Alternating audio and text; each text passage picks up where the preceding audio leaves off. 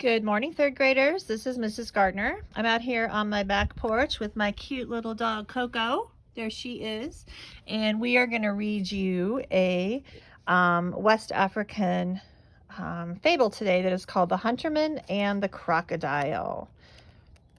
And we are going to be using this to talk about the moral, which is similar to the theme or the lesson, what the author wants us to learn.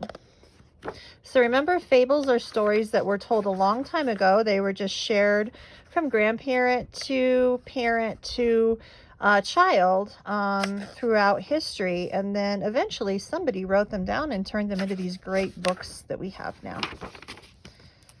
All right, so this is written by Baba Wagu Diante. And I'm honestly not 100% sure I'm saying that correctly. Here we go. Here's our artwork. There was a time when Bamba the crocodile decided to take a long journey with his family. They traveled and traveled for many miles, but when their food and water diminished and they became very tired and hungry and could barely walk. Luckily, they found some sweet shade of a baobab tree and settled down to rest.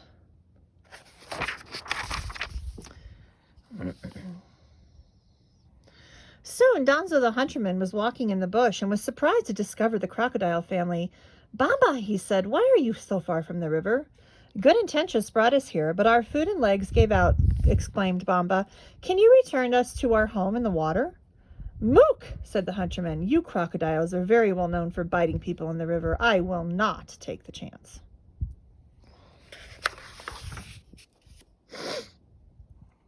With that, the crocodile wept and gnashed his teeth and swore the names of all the creatures that would not harm the Hunterman. And Donzo finally agreed to carry them to the river.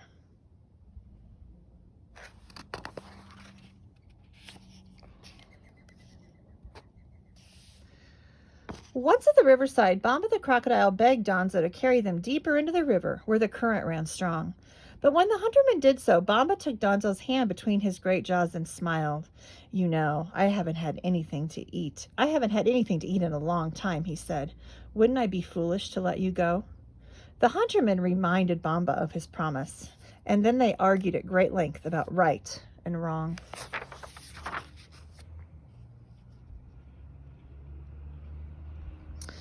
Soon an old cow came to the riverside to drink, and Donzo begged her to help him. But the cow only said, "Mook! I will not interfere. Man does not respect others. Look at me. I spent my life providing milk and giving up my children to man. Now that I am old, man gives me no consideration. I don't care if Bamba eats you." Then the old cow turned and walked away, ding-a-donga, with no guilt.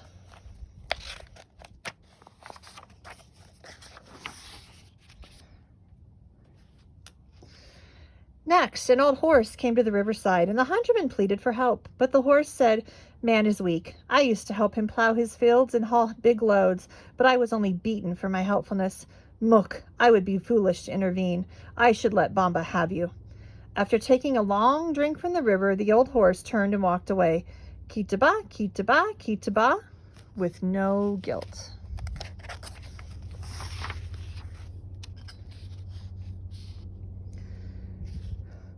Next came a chicken, wondering what all the fuss was about, and Donzo told her. "Mook, mook, mook," she said.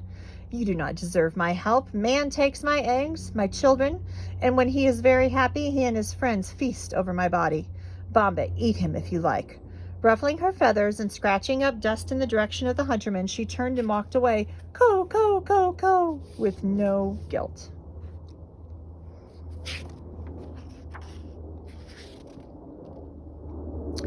Next, an old mango tree that stood quietly by the riverside spoke up.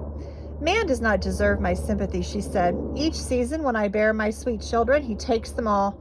When he is tired and hot, he enjoys my shade. But how does he repay me? He cuts my limbs, and when I become too old to help him, he will surely cut me down and burn me. Mook, let Bamba eat him," she said, and she waved her branches in the breeze. Sha, sha, sha, with no guilt.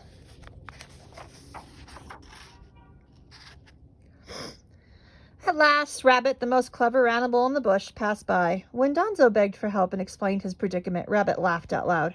"How can someone put such a big and long load of crocodiles on his head? I don't believe it's possible." But it's true, Bamba insisted, and to prove it, Bamba and his family all came ashore with Donzo and the hunterman and showed Rabbit just how it was done.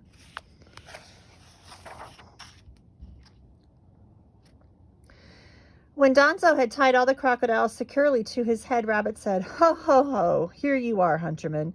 Now you can take your crocodiles home to your wife to make a great meal." Donzo was so grateful to the rabbit for his turn of fortune that he invited him back to his village to join in the feast.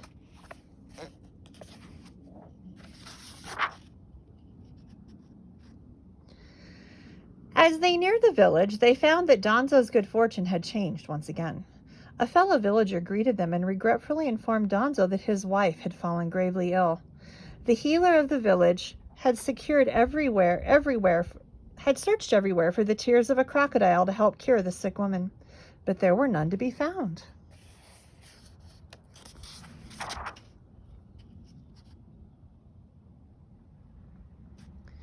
When Donzo heard this, he began to cry, for he loved his wife dearly.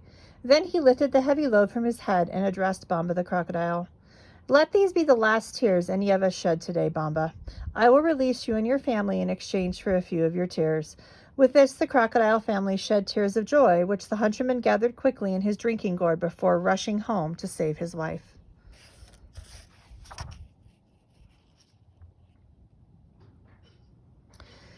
Donzo never forgot the lessons he learned from the cow, the horse, the chicken, the mango tree, and the rabbit.